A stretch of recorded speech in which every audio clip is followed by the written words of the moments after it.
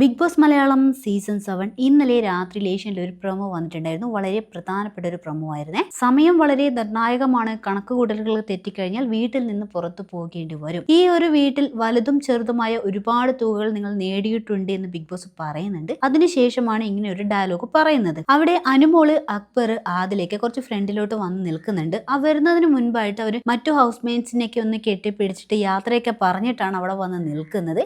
അതിനുശേഷം അതിൻ്റെ ഫ്രണ്ട് ഡോറിൻ്റെ അടുത്തേക്ക് പോയി നിൽക്കുന്നുണ്ട്. ഫ്രണ്ട് ഡോർ ഓപ്പൺ ആവുന്നുണ്ട്.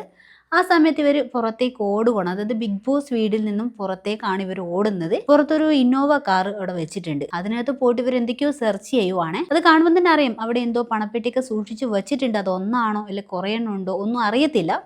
പക്ഷെ അവിടെ ഒരു ടൈമറും അവിടെ സെറ്റ് ചെയ്ത് വെച്ചിട്ടുണ്ട്. ആ ടൈമർ സമയം ആവുന്നതിന് മുൻപ് തന്നെ വീട്ടിനകത്തേക്ക് തിരിച്ചു കയറണം. ഇല്ല എന്നുണ്ടെങ്കിൽ തീർച്ചയായിട്ടും ആ പുറത്തുള്ള ആൾ പുറത്ത് തന്നെ ആയിരിക്കും.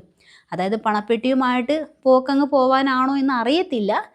അങ്ങനെ അവർ പുറത്തേക്ക് ഓടുന്നുണ്ട്. പെട്ടെന്ന് ആ ഒരു ടൈമർ ഓഫ് ആവുന്നത് കാണാം. അതേപോലെ ആ ഡോറ് പതിയെ അടയുന്ന സമയത്ത് പെട്ടെന്ന് വായോ എന്നൊക്കെ നമ്മുടെ ഹൗസ് മേറ്റ്സ് ഒക്കെ പറയുന്നത് കേൾക്കാം. പിന്നെ അവസാന പ്രമോ തീരുന്നതിന് മുൻപായിട്ട് കാണിക്കുന്നത് നമ്മുടെ നൂറ ഇങ്ങനെ ചാടിത്തുള്ളി എഴുന്നേക്കുന്നുണ്ട്. അതുകൊണ്ട് അതിൽ ആരായിരിക്കും നമുക്ക് അകത്തോട്ട് കയറി വന്നിട്ടുണ്ടാവുക, ഇനി 3 പേരും കയറി വന്നിട്ടുണ്ടാവുമോ ഒന്നും അറിയത്തില്ല. ഇനി അഥവാലും വന്നാൽ തന്നെ ഇവർക്ക് പണമൊക്കെ കിട്ടിയിട്ടുണ്ടോ?